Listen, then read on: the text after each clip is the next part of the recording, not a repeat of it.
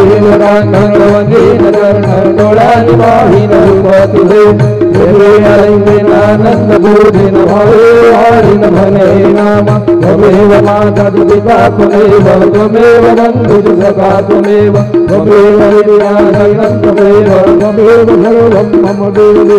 कायेन वाचा मनसेन्द्रियर्वा बुद्ध्यात्मना वा प्रकृति स्वभाव करोमि यज्ञं सकलं परस्मै नारायणायति समर्पयामि अभितं केशवं रामनारायणं कृष्णार्पणं वासुदेवं हरि श्रीधरं माधवं गोपिका वल्लभं जानकी नायकं रामचन्द्रं हरे हरे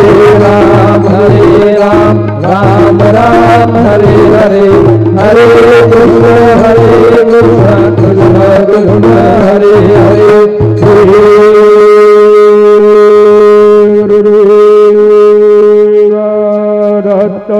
अनंता तुला ते कसे स्तवावे अनंता तुला ते कसे नमावे अनंत मुखांचा श्री शेष गाथा नमस्कार साष्टांग श्री साई राधा।